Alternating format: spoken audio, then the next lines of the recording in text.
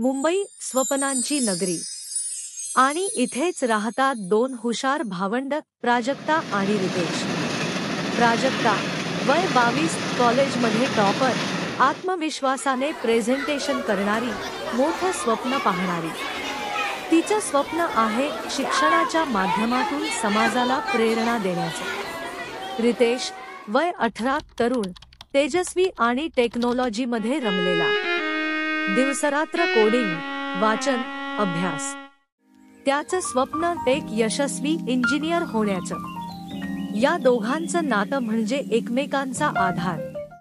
Praju रितेशला guide करते आणि रितेश तिच्यावर मनापासून विश्वास ठेवतो. दोन खोल स्वप्न, एक घर, मुंबईचं छोटंसं पण प्रेमाने भरलेलं.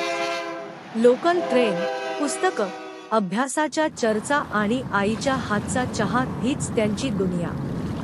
संध्याकाळी दोघं समुद्रकिनारी चालताना एकत्र म्हणतात, भविष्य आपल्या हातात आहे, आपण ठरवायचं कुठवर जायचं. प्राजक्ता आणि रितेश फक्त बहीण भाऊ नाहीत, ते आहेत आजच्या तरुणाईचं जिवंत उदाहरण. स्वप्न बघणाऱ्या आणि ते पूर्ण करणाऱ्या पिढीचं प्रतिनिधित्व.